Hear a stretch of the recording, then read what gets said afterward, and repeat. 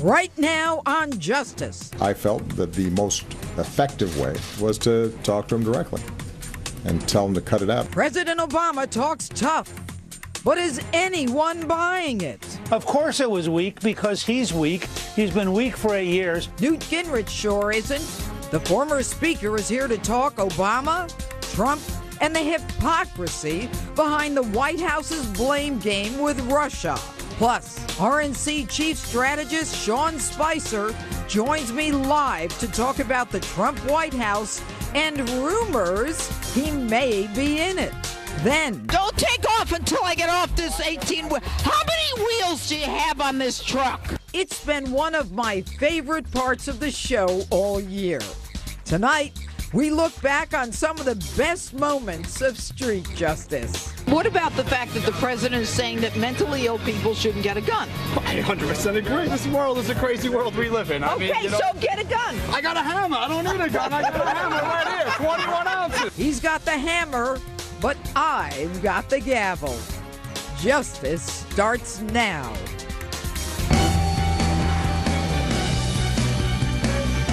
Hello and welcome to Justice. I'm Judge Jeanine Pirro. Thanks for being with us tonight.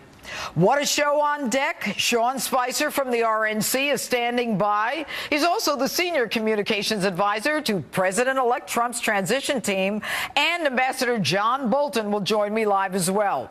Later on, I'll speak with Newt Gingrich, Scott Baio, and all through the hour, I'll share my favorite street justice moments of 2016. You won't want to miss those. But first, my opening statement. The left has been telling you for years what you can eat, what you should say, and now how you should feel. Take a listen to Michelle Obama. Yes, I do, because we feel the difference now. Yeah. See, now we're feeling what not having hope feels like. You know, hope is necessary. It's a necessary concept. What else do you have if you don't have hope? Really? This from a woman who in 2008, at 44 years old, said for the first time in her life she was proud of her country when her husband was running for president. And now, 8 years later, you're out of hope, Michelle? You've lived a life few can even imagine, at the citadel of power and prestige in the world. You and your husband, blessed by God and the American people, with the unique and historic opportunity to not only lead America from that shining place on a hill, but impact Americans and give them hope that virtually no others can. And now that you're leaving, hope is gone? Since when does hope rise and fall with you and Barack in the White House? But it doesn't end there. When asked if your husband's administration achieved his promise of hope to Americans, your answer, a resounding yes. Quote, especially in times of crisis and turmoil. Are you kidding? Did your husband give hope to the parents of James Foley or Stephen Sotloff, who was in custody for over a year while his family was told they could not negotiate because they'd be prosecuted before their sons' heads were chopped off? To try to convince America that once you and Barack exit the White House, hope is removed for America is an outrage. And I'll tell you what else is an outrage. An outrage is when your husband struts up to the microphone at a national prayer breakfast and tells Christians to get off their high horses because the Christians are afraid of Muslim terrorists cutting their heads off. And I'd say that that was a crisis, but no hope there. ISIS today only looms larger. And by the way, Michelle, have you heard of San Bernardino, Orlando, or that workplace violence that happened at Fort Hood in Texas? In times of crisis and turmoil, like the 13 hours those heroes were on a rooftop in Benghazi, Your all-powerful husband never bothered to explain to us where he was and what he was doing that night.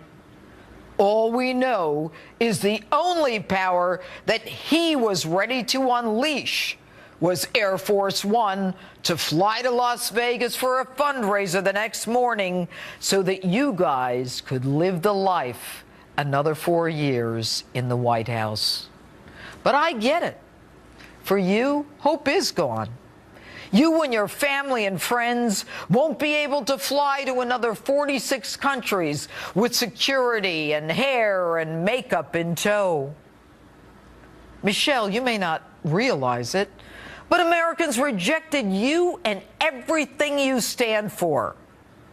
They know what hope is. Hope is when people, 30,000 at a time, stand in line in the cold with their children, hoping to get the glimpse of a man that they think can change the course of their lives from the downward spiral that you and Mr. Hope and Change have put them on.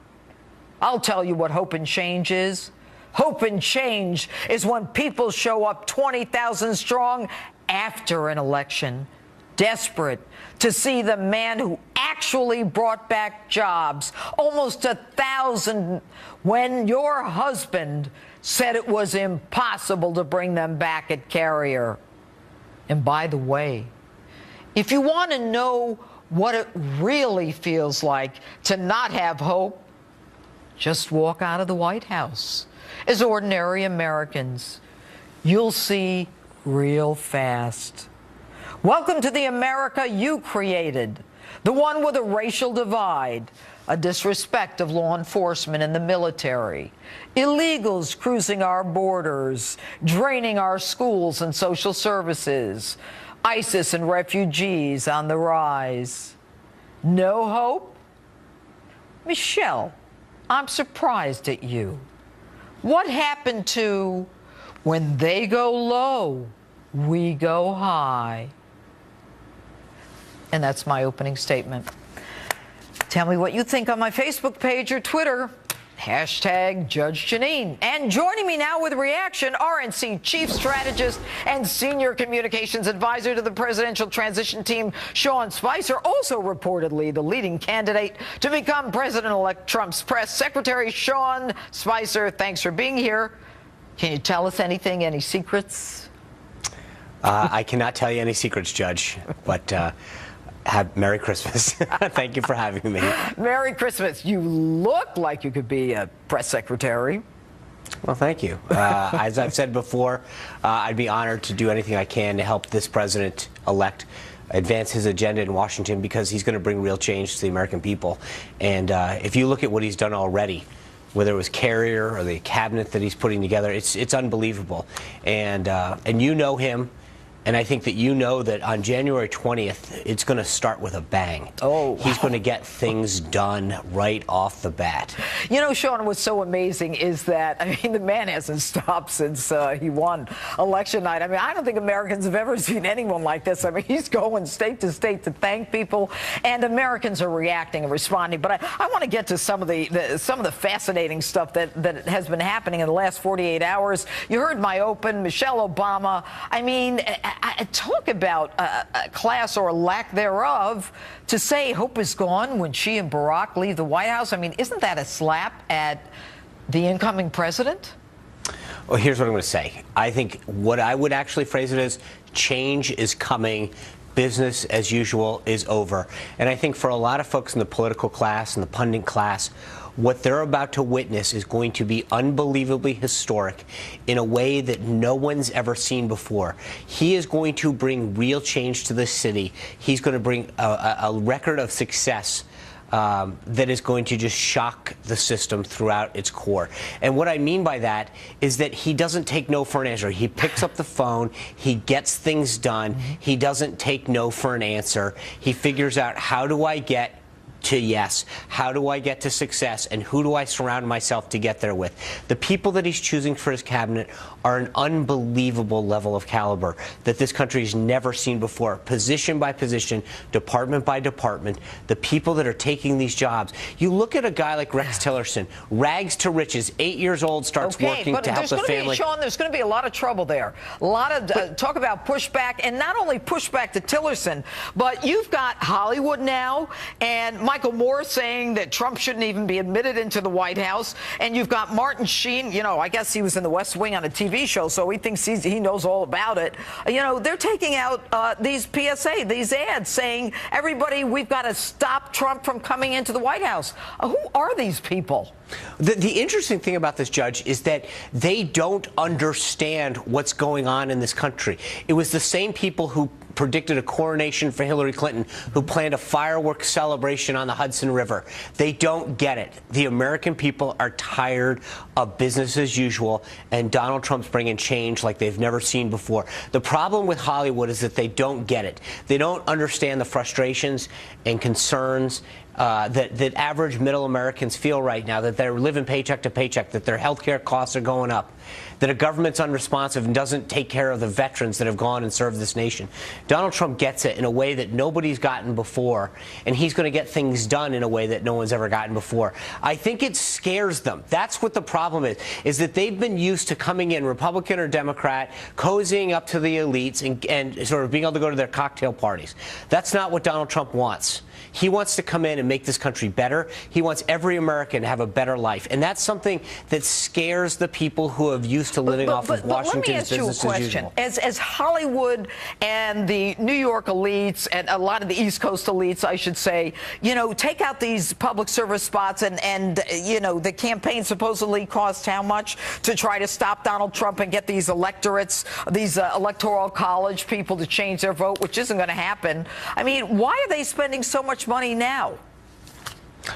Well, they spent a lot during the campaign, and it didn't have an effect. So, but it's not going to have an effect now. Are these people it's not. delirious? It's not. But I think there's a bigger issue that I'm sort of, and I know a lot of times conservatives get hit with constantly bashing the media. But where are the stories about these Hollywood elites asking electors to flip? This is unbelievable. Donald Trump won. 2,600 counties in this country voted for him.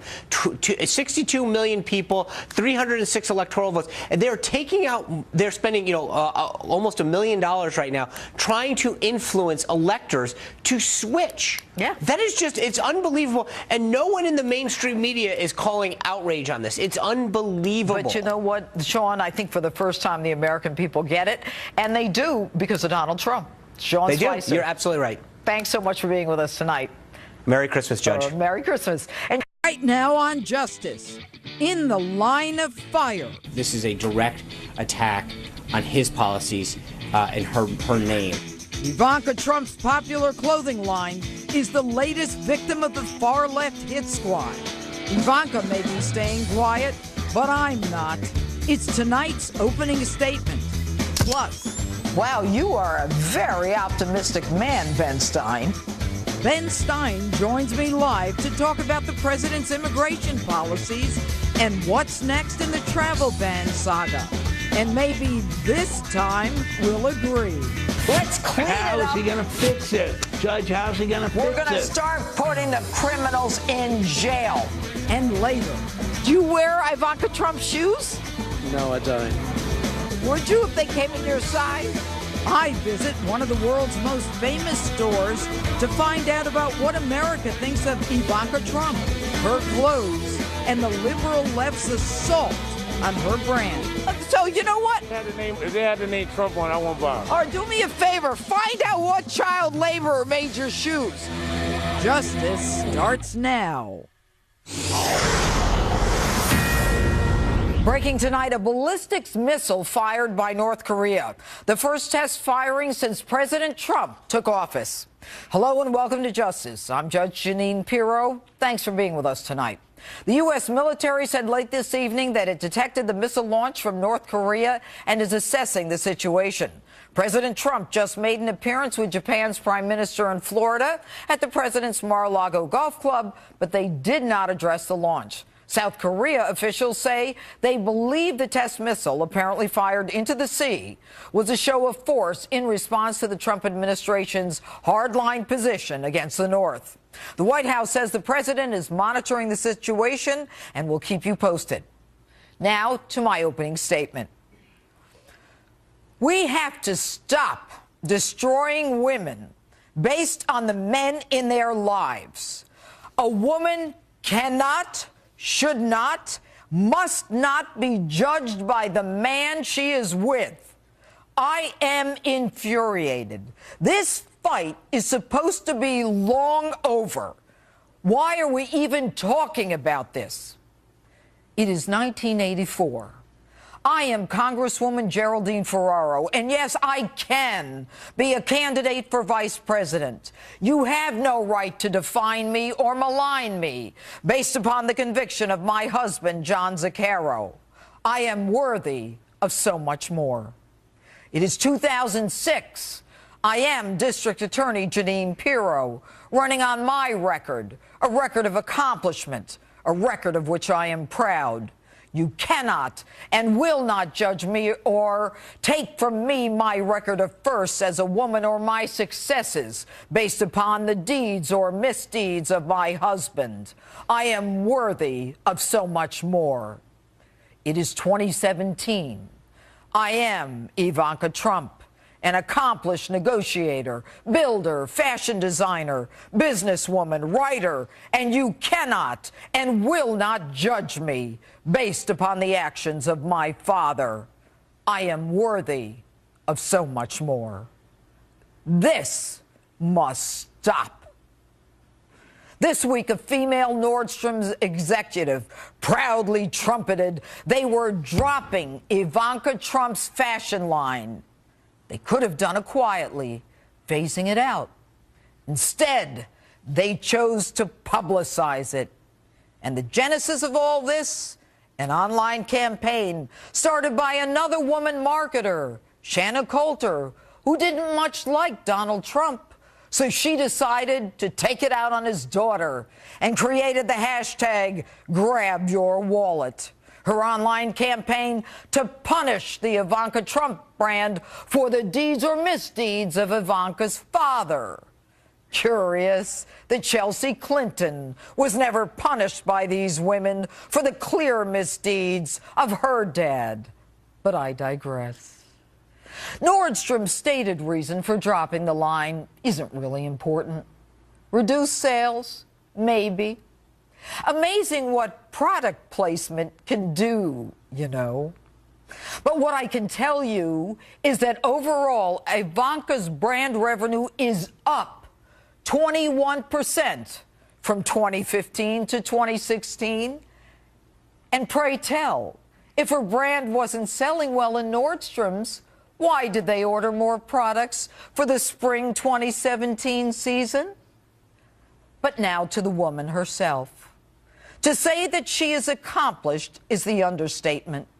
She has been winning awards and honored for empowering women since she started her brand a decade ago. Fortune magazine named her one of the 40 under 40 of the most influential young people in the business world. She won the ACE Breakthrough Award for Excellence in Accessories. She helped found the Girl Up Initiative Foundation at the United Nations. FAB, the Fashion Accessories Council, awarded her for her innovative brand. She was described at the National Women's Summit as a woman with a drive to support other women. She won the Good Award, educating individuals in African diamond-producing nations. Even IvankaTrump.com is about one of her favorite subjects, teaching women, including high schoolers, about advancement and economic empowerment. Ivanka's not political, even admitting at the Republican convention she was neither Republican nor Democrat. She frowned on being a political surrogate. Instead, her role was about women, what her father taught her, how he advanced the women in his company, and what he would do for women in the country. Her focus always on women. He will fight for equal pay for equal work, and I will fight for this too, right alongside of him. And after her dad wins, she leaves the family business, the one she was groomed to run from the time she was a little girl. Yes, a woman groomed to run what most see as a male-dominated business by the very man these hashtagging women despise, so that she can continue to advocate for women in the workforce, leaving her own business, working with a talented team of, yes, women, leaving her home, moving her family, because she believes she can help tens of millions of women. So to all you hashtag haters and loud, classless women and the stores that capitulate to them, yes, by hitting her, you did hurt her dad. But she's stronger than you. And you know, the very feminists who marched and purport to advance strong, independent women are the very ones rallying to suppress another who epitomizes every quality that they claim to champion. I challenge you all to put your money and your hashtag where your mouth is and support a strong, independent woman like the ones you claim to march for. Try as you might, you won't defeat this woman, and you will not set us back. We have worked too hard and fought too long to be pulled back by small, jealous women, too limited to even comprehend the advances that are still ahead with Ivanka Trump. We, all of us, are worthy of so much more. And that's my open. Tell me what you think on my Facebook page or Twitter, hashtag Judge Jeanine. And joining me now is liberal journalist and analyst, publisher of Catalina magazine, Kathy Aru. All right, Kathy. All right. Tell me where I went wrong. You did not go wrong at all. I would never say you went wrong. But I think she went wrong. Ivanka went wrong when she wore her dress, one of her brand dresses, at the RNC, at the convention. I thought she made a beautiful speech. I thought, what a pretty dress. And then to find out later that she was selling that dress. She put politics and her dress in the same stage, on the same stage. I've heard you say that before. Okay, what is wrong with wearing something that you made? I mean, I would be proud of wearing something I made. She wasn't selling it online. She was selling it. It sold out. She sold it. No, she didn't go to the convention and say, by the way, you can buy my dress tonight. She practically did. No, that practically is very good. Come on, that's not the truth. She practically did. I saw it, and then I looked it up, and I said, wow, that dress is for sale, and that dress sold out. Doesn't that say that she is good at what she does? She did not say, go to my website and find out what I wore tonight. What's wrong with wearing? Did. No, that's you keep what saying happened. Practically. That's okay. Let's move on. What happened. You and I disagree. You know what? Yes, if you're not proud of what you do or what you make, like I'm proud of what I write and what I say. Right. Okay, and I promote it. If she made that, she should wear it. What should she be ashamed of what she wears? But she made the mistake because she introduced that dress into politics.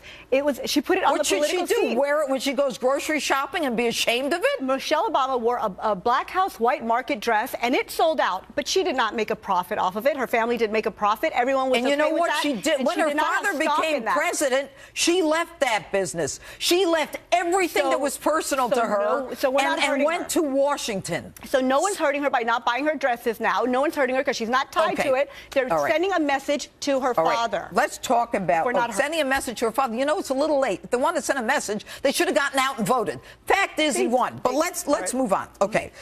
What do you think about Nordstrom's? Well, Neiman Marcus pulled it as well. Neiman Marcus, I think, pulled some necklaces, but Nordstrom's, why did they order the spring line if she was doing so poorly? According to the Wall Street Journal, which I don't know if that's considered fake news nowadays, but the Wall Street Journal said that sales were down 70% from October last year to October this year in Ivanka Trump products. Okay. So if sales are down 70%, I mean, the market has to dictate. Overall, overall, they're up 21%. So Not at maybe Nordstrom, you don't. apparently. But Nordstrom is one of. And They Neiman have Marcus, 1,000 TJ different. Maxx, But they and- have. But that's and all in a Marshalls. matter of 3 days. Doesn't that tell you it's political? It doesn't go boom, boom, boom. That's politics. But let me ask you this: Nordstrom's. Right. The gentleman by the name of Peter Nordstrom says that Ivanka Trump's brand, and this is right before the election, has grown to be a sizable and successful business, and it's not worth jettisoning even if some customers feel that it should be gone. This is just a few weeks before the election. The dress sold out, and then 3 weeks before the election, they said the numbers really? started going down. That's do you really believe that? I do All right. believe you know that. What? I do believe that. It reeks of politics. If it was selling so well, if Nordstrom was making so much money off this So product, you think I think Peter they would keep it. Nordstrom was lying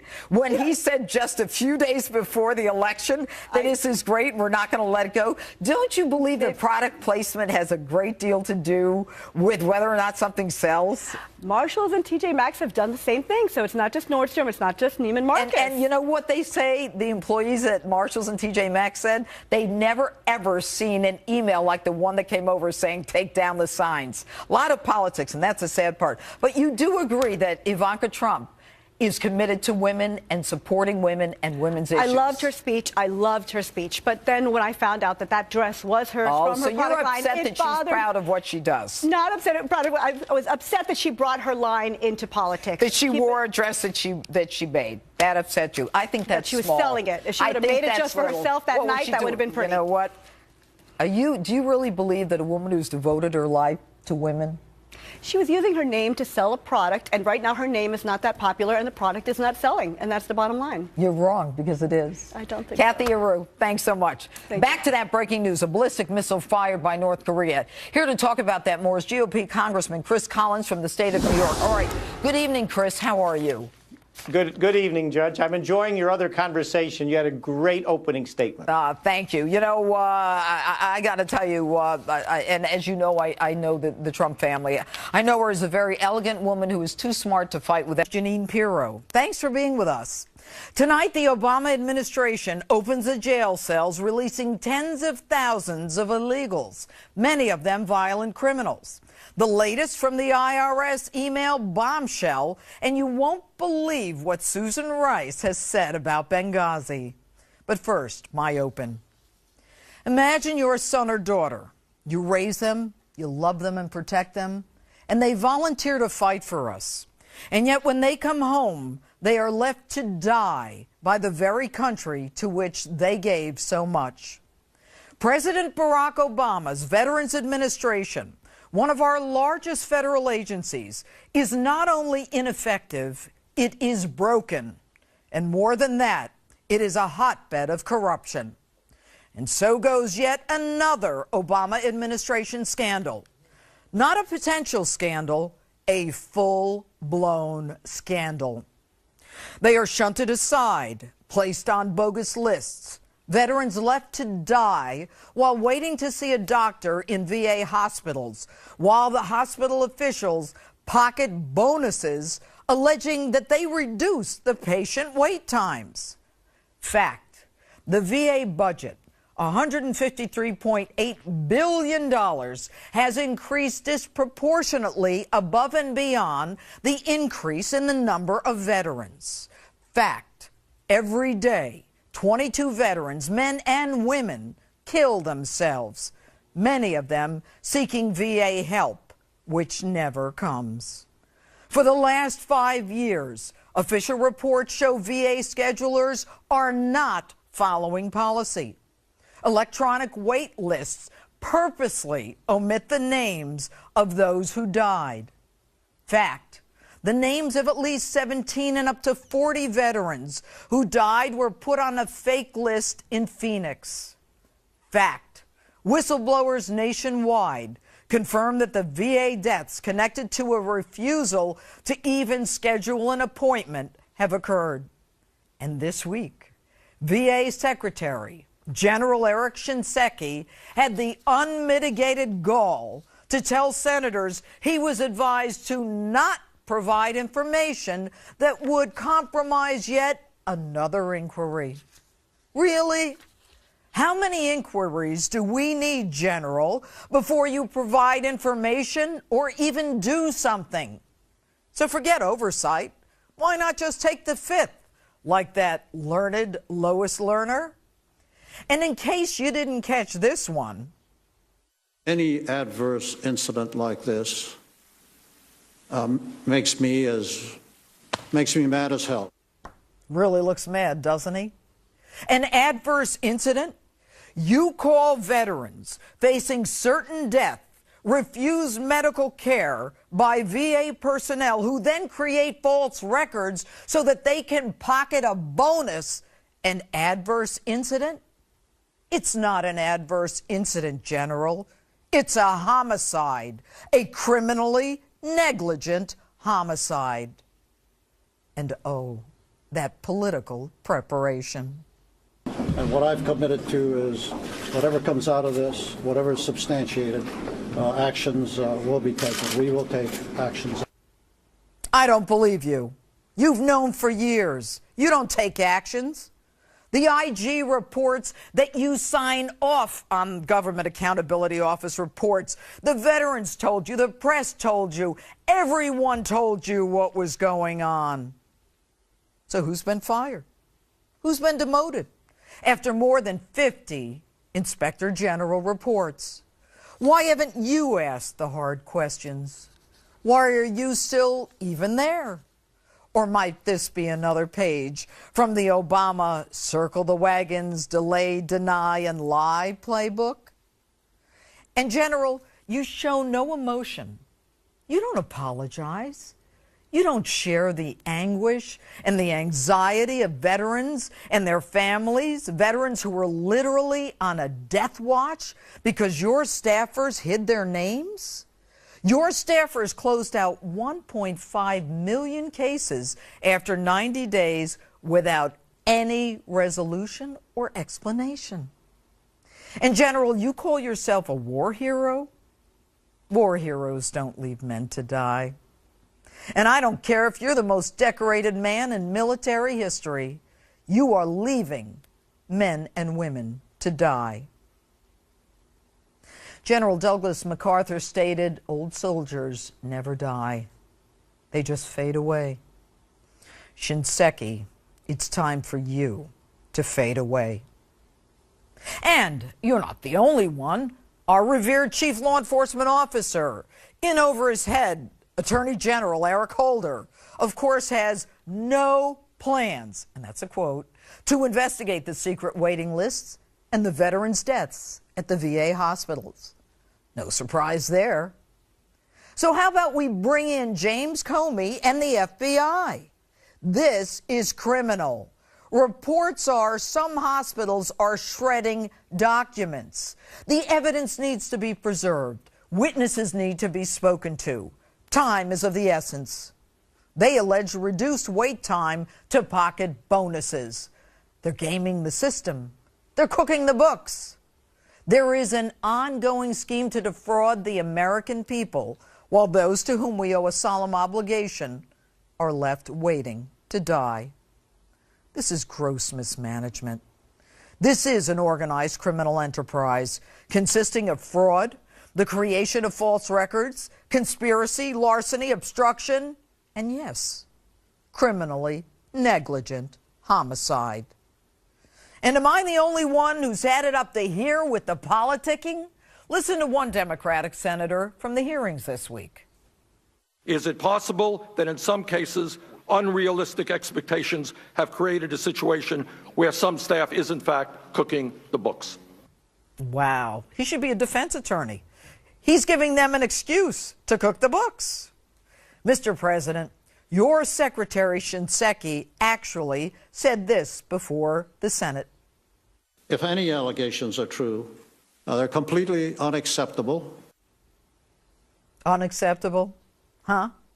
Where have I heard that one before? As I said last night, it is just simply unacceptable. The suffering and bloodshed is outrageous, and it is unacceptable. It's simply unacceptable. It's simply unacceptable. Well, obviously, these reports, if they're true, are unacceptable. I have an idea. You're all unacceptable. And for a little window dressing, Mr. President, for years you send out First Lady Michelle and Dr. Jill Biden, quote, ambassadors to the military families. Quote, they made it their priority to support military families. They were listening to their concerns. Really? Maybe they should stop listening and start acting. Or maybe they just weren't listening at all. And by the way, Mr. President, wasn't Michelle a hospital administrator in Chicago? Here's the bottom line, Mr. President. Your administration is the most lawless in American history. After 5 years, nothing surprises me. I'm not shocked, but I am heartbroken. Our veterans have already sacrificed and suffered, and you continually disrespect them. I take it personally because my dad and granddad were veterans. You leave men in Benghazi to die. You force the Veterans Memorial to close. You reduce veterans' benefits. And you actually refuse burial expenses during this sequester. You don't even want to bury the soldiers who died for us. And thank God for people like the Fishers and the Fisher House Foundation. And I don't want to hear about lessons learned or we've got another wake-up call. This alarm has been ringing throughout your administration. They answered your call. It's time, Mr. President, that you answered theirs. And that's my open. With me now is Sally Barnes-Breen. Her father-in-law, Navy veteran Thomas Breen, died waiting for treatment. Sally, first of all, thank you for being here and condolences to you and your family. You brought your father-in-law in for urgent care to the Veterans Hospital in Phoenix in late September of last year. Can you tell us what happened? My pop wasn't feeling good, and I was going to bring him to Banner Health, and he didn't want to because he cherished the VA from Brooklyn. And he started getting pains in his stomach, and he couldn't get up because he had one leg. And I gave him a milk container, a jug, to use so he didn't have to get up to go to the bathroom. And he filled it a little bit, and I saw tissue fragments and a lot of blood. So we brought him to the ER at the VA on Phoenix Indian School. And it was a long wait, and I was very upset, me and my husband Teddy, which is his son. The time they called him, the jug was full of blood, pure blood, pure. It was so sad, because I'm a medical assistant, so I know they already, when they took a chief complaint, they then called him, you know, and it took hours. And I brought in the bottle of blood with my husband. And they told me, could you get rid of that? It's insanitary. So I said, why am I getting rid of this? I would like to speak to a nurse. This is merely proof. And he had past history of cancer. Right. And then what happened? Was he treated then? No. They then told him, you know, step out, and we had to wait for a nurse. And then he got called in, and the nurse asked him, so why are you here? And he said, you know, I'm bleeding. And I brought them the jug as well to the nurse, and they told me the same thing. They told me that I need to remove that jug. It's insanitary. Okay. Did they give him an appointment? Did they treat him? What happened after that?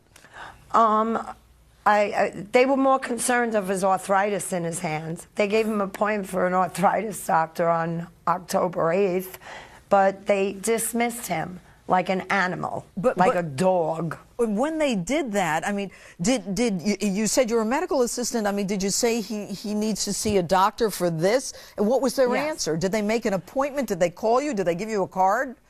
They said, we are going to discharge him because at 71 years old, he was old looking, and this is normal in his condition, is what they said to me. What was normal? His peeing blood and tissue? Yes. And what did you Yes, say? Did you say that you wanted to keep him in the hospital? I said, I don't want my pop. I'm a medical assistant. She stated she's a doctor. I said, I understand that, but there's something wrong. He used to have cancer. To the eye, any professional doctor could know that the cancer's right there. You can see the blood. You can see the blood. Something's wrong. Don't discharge him. I begged them. They didn't listen. But they discharged him. Do you think, did they give you a time to come back? And then what happened to your father-in-law? How long after that? No, they didn't give him a time. They gave me a card highlighted that they primary was going to call him in a week, and it didn't happen. All right, it Sally. Didn't happen. I'm sorry, we got to go, but thank you so much for being with us, and hopefully this will. Can I just say something? Very quickly. Yeah, Sheriff Joe Arpaio treats his veterans better in a jail than they. That's right. That's right. Sally, I'm so sorry. Thanks for and being he died with us. November 30th. All right, coming up, he might be mad as hell, but Vets Day still got to go. The latest call for Veterans Affairs Secretary Shinseki to step down next. In New York Harbor stands a mighty woman with a torch, beckoning the huddled masses yearning to breathe free, and the wretched refuse from tempest-tossed shores to her as she lifts her lamp beside the golden door. And they were, by all accounts, just that. A family fleeing a tyrannical government, a family seeking political asylum. The very people to whom that mighty woman holds out her welcoming torch. Hello and welcome to Justice. I'm Judge Jeanine Pirro. Thanks for being with us tonight. This week, as America wakens from the nightmare visited upon Boston, as many painfully start the long road to recovery, we begin to comprehend the enormity of the violence that was visited upon us. The Tsarnaev family, a father, a mother, 2 sons, were granted political asylum in 2002. We opened our arms to them, showered them with food and money and housing and education and all the freedoms of American citizens. And look at how they repaid.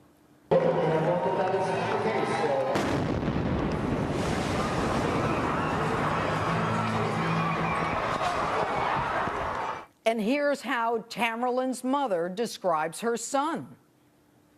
But all around, he was really nice and very, he never rejected anyone American just because they are Americans. Really? He never rejected anyone American just because they were American? After opening our arms to you, we should be grateful that you and your terrorist son didn't reject us? And listen to what this loving mother says of her 19-year-old son clinging to life. My oldest one is killed, so I don't care. I don't care if my youngest one is going to be killed today. So I want the world to hear this. And I don't care if I am going to get killed too. Okay? And I will say Allahu Akbar. Does that sound like a mother already devastated by the death of one son? Or a woman on her own radical jihad, willing to sacrifice yet another son in honor of their God? And get this one. Why did they send him to the, Guantanamo or whatever? Why did they kill him? Why didn't they send him to Guantanamo? So now you knew he was a Muslim jihadist? That you raised a Muslim jihadist? If he's innocent, why would he even need to go to Guantanamo? And get this one. Why did I even go there? Why? I thought America is gonna protect us, our kids. It's gonna be safe for any reason, but it happened opposite. My kids America took my kids away from me. Really? America took your sons from you?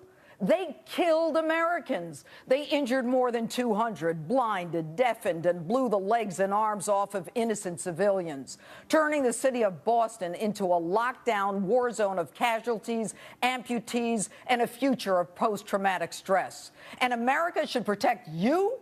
Your sons killed us. We're the ones who needed the protection.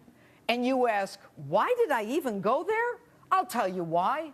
You came to suck the fat of our land, to take our money, to educate your terrorist sons, to steal from us, to go on public assistance, to get housing and food stamps while you drive your Mercedes-Benz, all the while your family going back and forth to the very country from which you claim political refuge. Might you guys have lied on that old political asylum petition? Maybe we should add a charge of perjury to your list. After all, you're a thief, you're charged with theft, you're put on a terrorist watch list, your son is charged with beating his girlfriends, your other son is a pothead, and neither of them working or employed, traveling back and forth.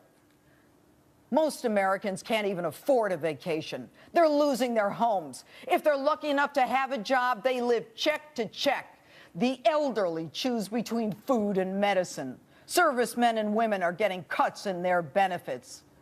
And then, when hardworking Americans want to know how you guys can afford this, the governor of Massachusetts refuses to reveal what kind of taxpayer assistance your son Tamerlan got on the grounds of privacy.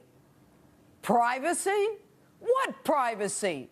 Governor, you take our money and you give it to this dirtbag and you want to protect his privacy? You want to protect his rights? He's dead.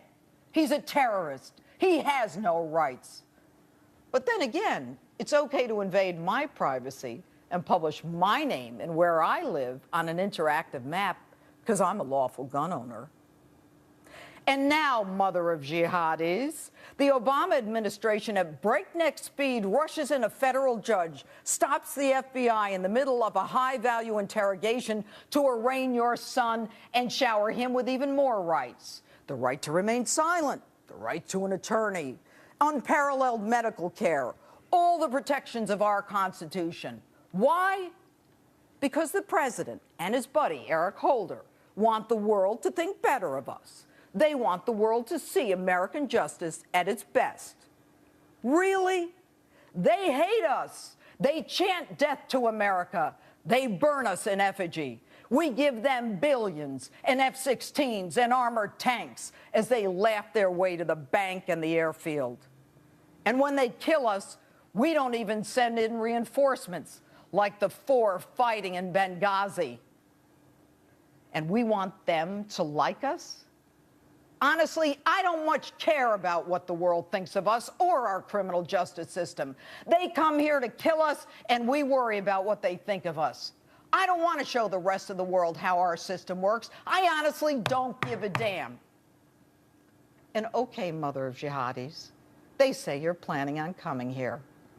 But hope springs eternal, and maybe the system will work, and that watch list you're on will stop you. But I imagine they'll let you in. And if they do, I can only pray that they'll activate that outstanding bench warrant against you for larceny. And what's that? You can't afford an attorney? Too damn bad. And I have an idea. You and your son should be stripped of your citizenship, tried in a military tribunal in Guantanamo. Lady, you shouldn't be allowed here. We don't want you here. We should not be required to breathe the same air as you. We should not be required to suffer the indignity of your presence. Well. With me now is former CIA Covert Operations Officer Mike Baker. Am I right or wrong, Mike? No, you're absolutely right. The one thing we haven't heard from her in all of this ranting that she's been doing is how bad she feels for the victims.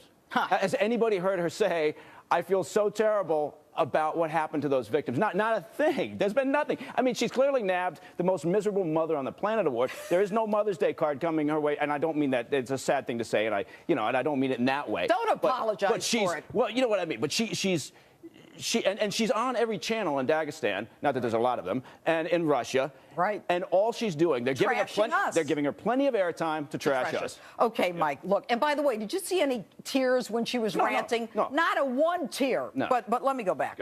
You have a Russian intelligence agencies contacting the FBI, contacting your agency, your old agency, the CIA, and then the CIA contacts other agencies. They're on a watch list. Yet this guy is able to leave, go back to Dagestan, stay there 6 months when he's got a wife and kid here, come back. Right. Well, why does that happen, Mike? Well, I'll tell you, first of all, everyone's talking about the Russians and saying, well, the Russians notified us, as if somehow the Russians and Putin are the gold standard for transparency and the war on terror.